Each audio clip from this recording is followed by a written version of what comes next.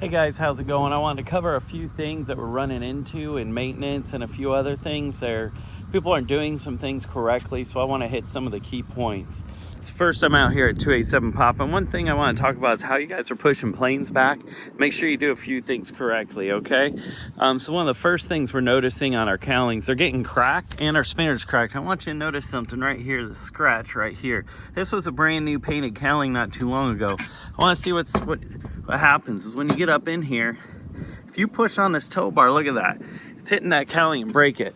So one of the big things here with the tow bar is just for steering. When you put your hand on it, you do not push, you don't pull on the tow bar.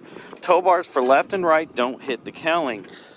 Never, ever push on the spinner or the cowling. I keep seeing it. People are pushing it back on the cowling or spinner. These things are not designed for any stress.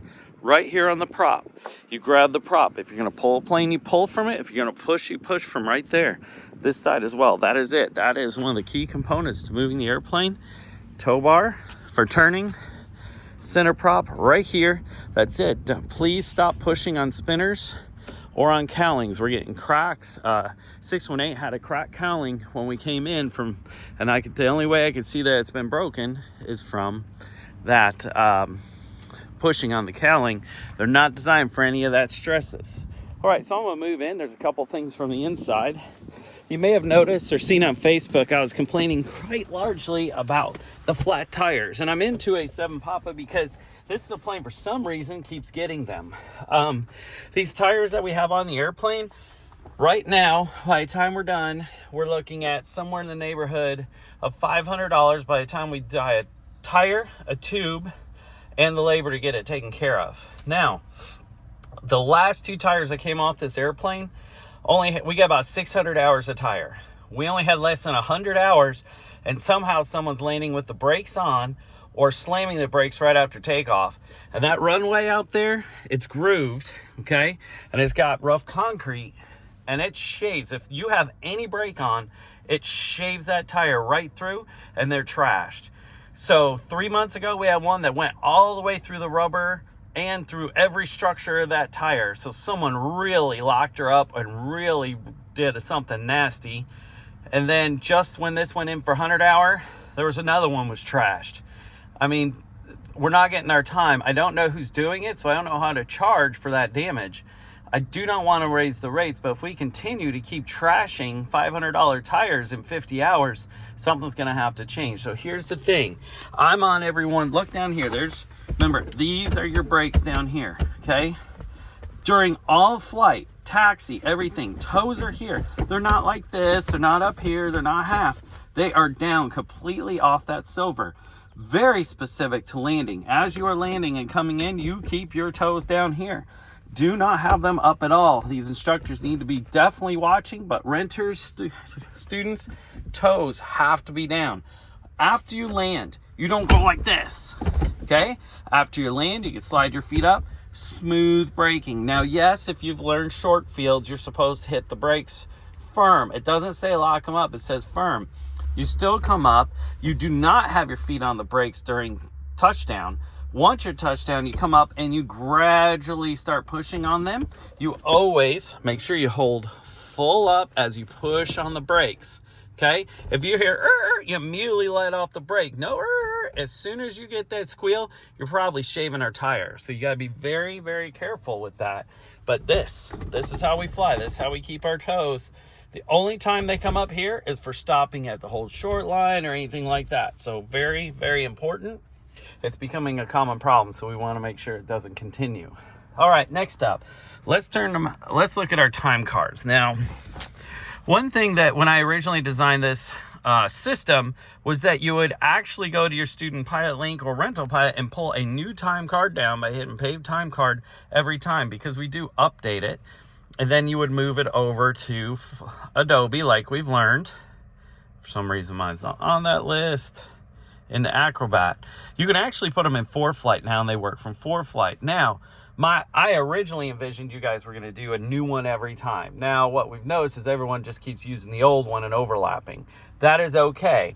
By doing a new one every time, when you go back to your documents, Adobe will keep every single one you've done, so you have a history of your flight time. You don't have to do that. If you want to overwrite, that's fine. But please, this is becoming such a problem, and I'm not lying. It's taking us so much time to hunt down with the instructors the date. Take the time to read this card every single time. Make sure you change the date. We cannot tell you, over 30% of these time cards come in, they have the wrong date on them. And then we're like, well, that person didn't fly. And it's taking hours upon hours of trying to track down these flights. And I don't want to have to raise rates and hire someone to literally sit in that office to bill you guys. This was a way to keep costs down. So very important. Make sure you get your date right, your renter. Make sure the aircraft is right. 20% of the time, the wrong aircraft is on the time cards. Dual, solo, rental, and the CFI. Some of these CFIs aren't getting paid because your time cards aren't right, and they need to check it too. So it's not very hard. Take your time. Go through that time card very smoothly every time. Double check it before you send it, okay? If you pull a new one down, it's always blank and you have no choice but to do it right. But if you're overwriting, make sure you start at the top and you overwrite every single thing and check it before you hit send. New thing on a lot of the time cards, the new time card has this. I've noticed, I've asked the instructors and sent out a notice to update people, but people are still sending old time cards right here. See where it says tax start.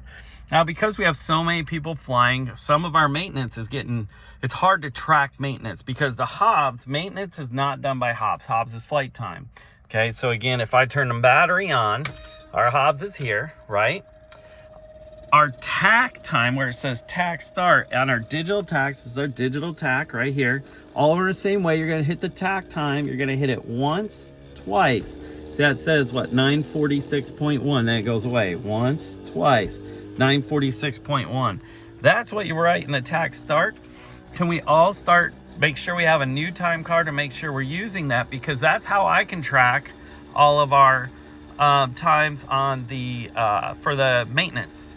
We are flying so fast, I need to be able to log in and pull a time card and see how fast until we get a maintenance. We cannot fly these out of maintenance. And if I know it's coming, I can get it scheduled and not hurt the schedule very well.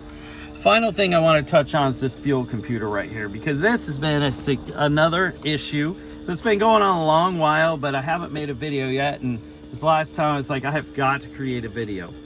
So the problem we're running into is people are pushing to the left or right, both buttons, to set the fuel level on different screens. I want you to understand, this thing has so many modes and setup procedures. If you go and see how right now the remaining light says remaining is flashing, then you have used. I have seen people are having it on used and hitting both buttons. Here's the deal, when it powers up, it's on remaining with the light flashing. I'm gonna turn the master back off, master back on. Notice it'll boot up, remaining's flashing. That's where you set your remaining balance. There are too many people doing it when it's on a different light, either used or even T to E, which is time to empty. You are changing settings. Actually, 41618, somebody did it on T to E, went and changed it, and it completely wiped out the algorithm, and we're having to try to reprogram it. The fuel flow is way off. If you do not follow the exact steps, things get out of sequence, you reconfigure programming, and things don't work. So it's so important that you follow basic procedures, but also be very specific. You better check REN light is on. That's the only time you can hit both buttons to set your fuel load, okay? You never do it on used. You go, oh, I'm on used, I can't hit those two buttons. I gotta have it on remaining. Then you can hit both buttons, okay? Then you hit the right button, okay? That's the hundreds. No, I don't have 100. Oh, I have 20 gallons on board. Change that to a 220. Then both to store. Please verify you're on remaining before you hit those two buttons. That is super important. Otherwise, you're changing all the settings within this system, and they don't work right, and then danger occurs. And that's what we don't want to happen. Again, to the tack, we got our tack time. We definitely, 2 button pushes, it's right there. That's what we put in the tack start. Hobbs is still Hobbs, okay? All right, well, thanks for taking the time with me. I just wanted to cover some of these things we're starting to see happen, and it's starting to cost money, and then things are getting unprogrammed and causing issues as well. And then also on the back end side with the time card, sometimes what should take 2 hours is taking 4 or 5, tracking people down. Hey, this says this, this says that. things aren't coming out right. The final thing about the scheduling is, guys, you got to delete yourself if you don't fly. We had a run where we don't have these time cards. Where they at? Well, I didn't fly. We're still on the schedule. Remember, your rental contract says if you don't take it off by the flight time, you're going to get billed. I've been pretty nice, trying to be nice about this, but it's really starting to cost us a lot of time, a lot of hunt down, a lot of frustration. It's very simple. If you cancel, if your instructor cancels, it's your job as the pilot. Get on that schedule, take your name off. If you don't, I'm just going to tell you, unfortunately, you're going to get billed for that hour. Alrighty, we'll talk to you later. Hopefully, we're going to have a lot more fun flying. Thanks.